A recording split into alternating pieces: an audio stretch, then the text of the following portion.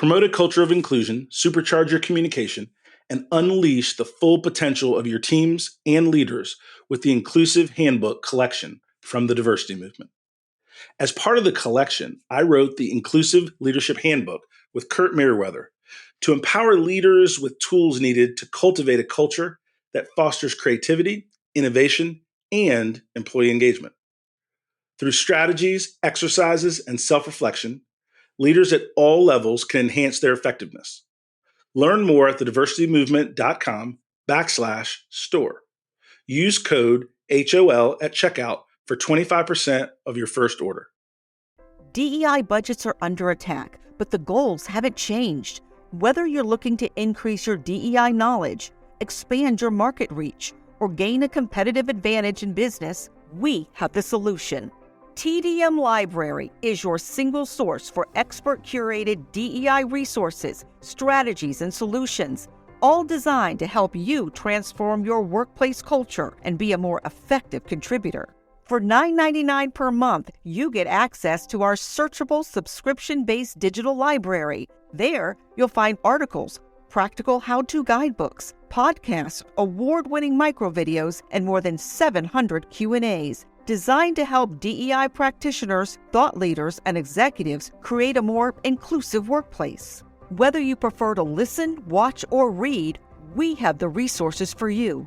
TDM Library goes beyond the basics to dive deep into topics such as inclusive language, the business case for DEI, talent acquisition, and C-suite engagement. For less than the price of a sandwich, you get access to our library of more than 1,000 pieces of original, expert-curated DEI content. Join today and get your first 30 days free.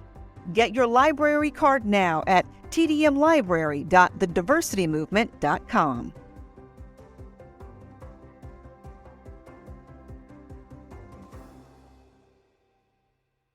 You can't stop me, nothing's gonna stand in my way.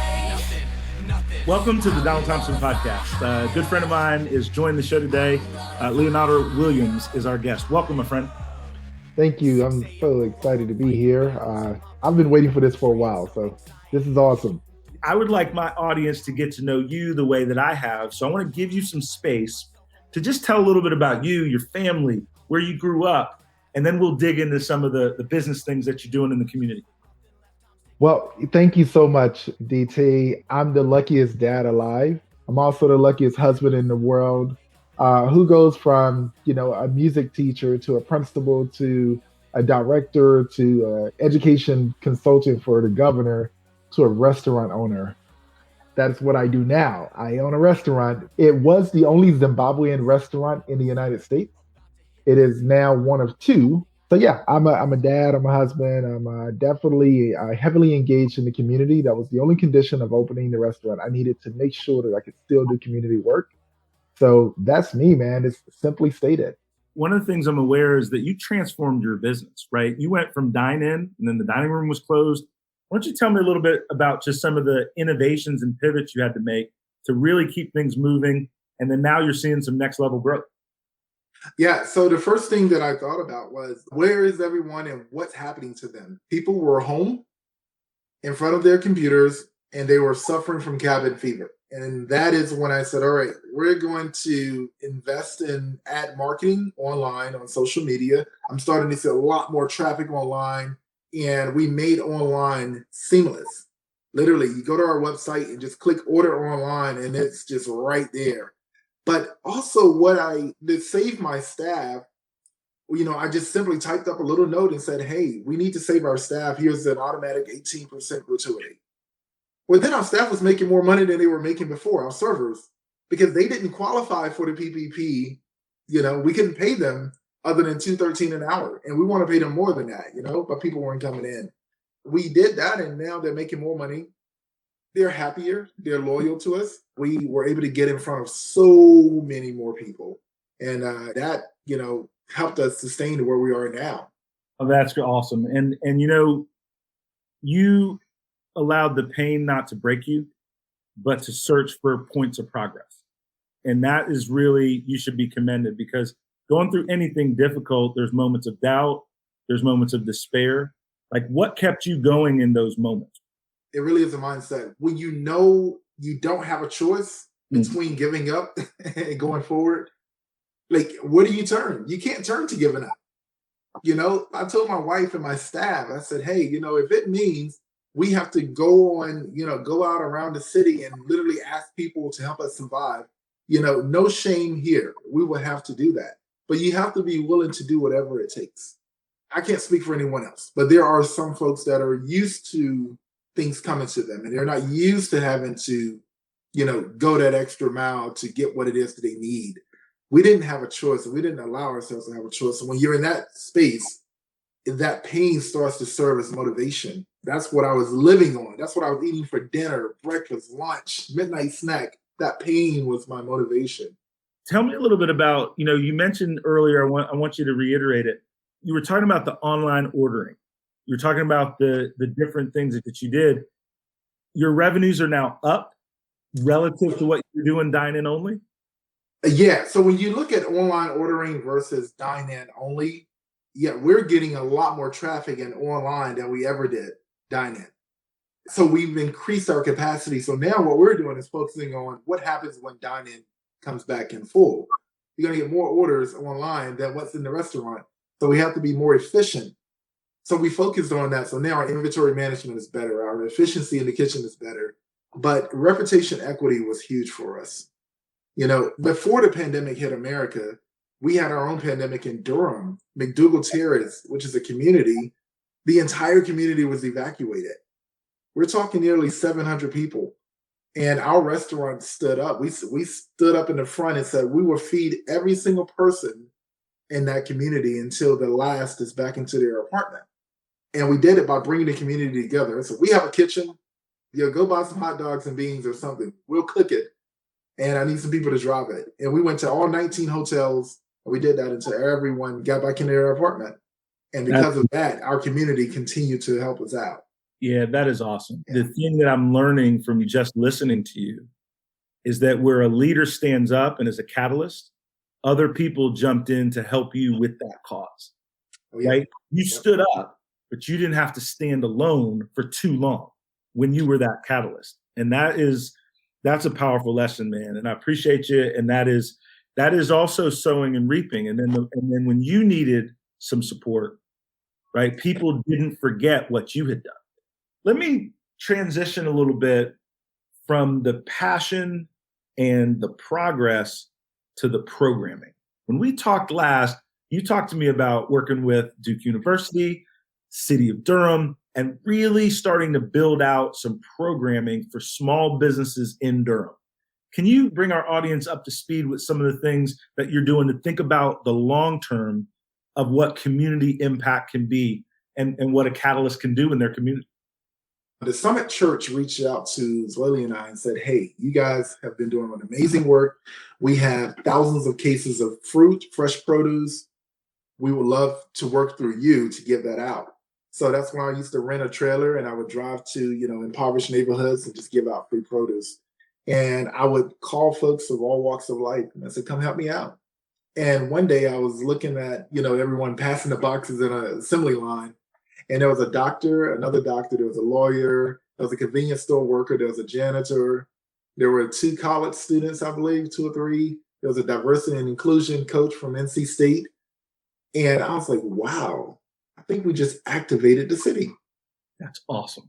We just activated the city. We have all of these people from all walks of life, and we just activated community service for greater good. That's how I came up with Activate Durham. And Activate Durham is all about, just bringing people from all walks of life to do one common thing, and that's good in their community. And so now I'm working on launching that program to where it'll be a website. Folks that are in need can go to activate.com and get access to public health information, public transportation information, legal assistance, financial assistance. But the thing I'm most excited about is jobs. Imagine folks that want to get out of public housing that just need an opportunity. I'm hiring right now for 4 positions at our restaurant. And what we'll do is we'll submit those positions to the website, and then the website can publish that to the folks who, have been visiting and have put their email in. So Now you're going to get an email. There are 23 people hiring in Durham right now, and you can apply to those jobs. Activate Durham is all about access to information. When you think about what you're doing locally, what you're doing in the city that you live, what do you want to see others do to get more involved as well?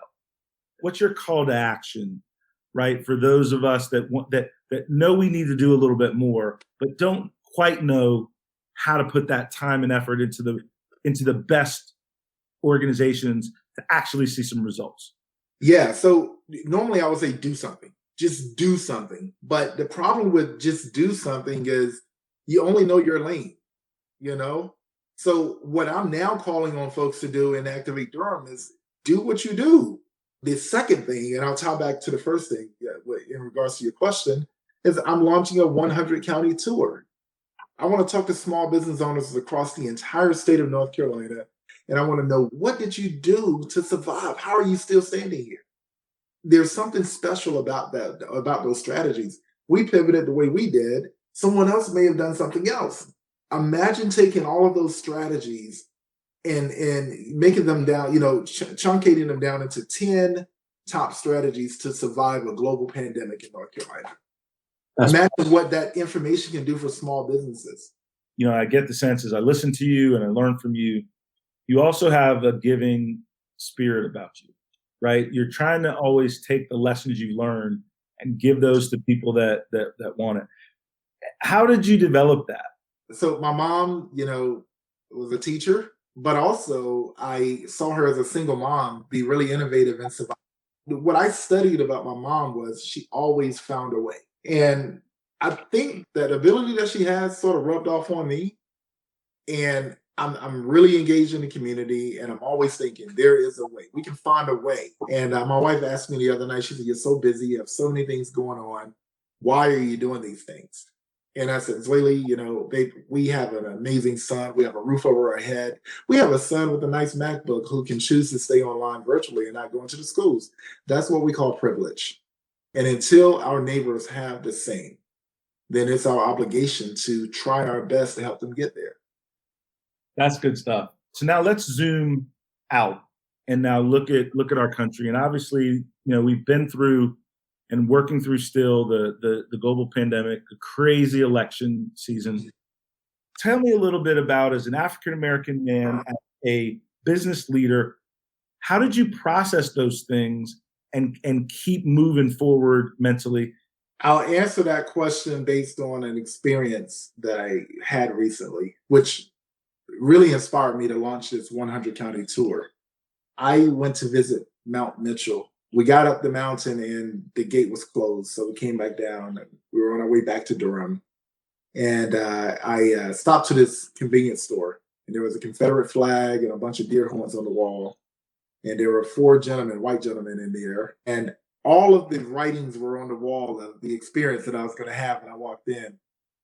But his name was Mr. Henry. He was working the cash register, and he was the owner of the store. And he offered me a beer. And he said, "What you doing in these neck of the woods?"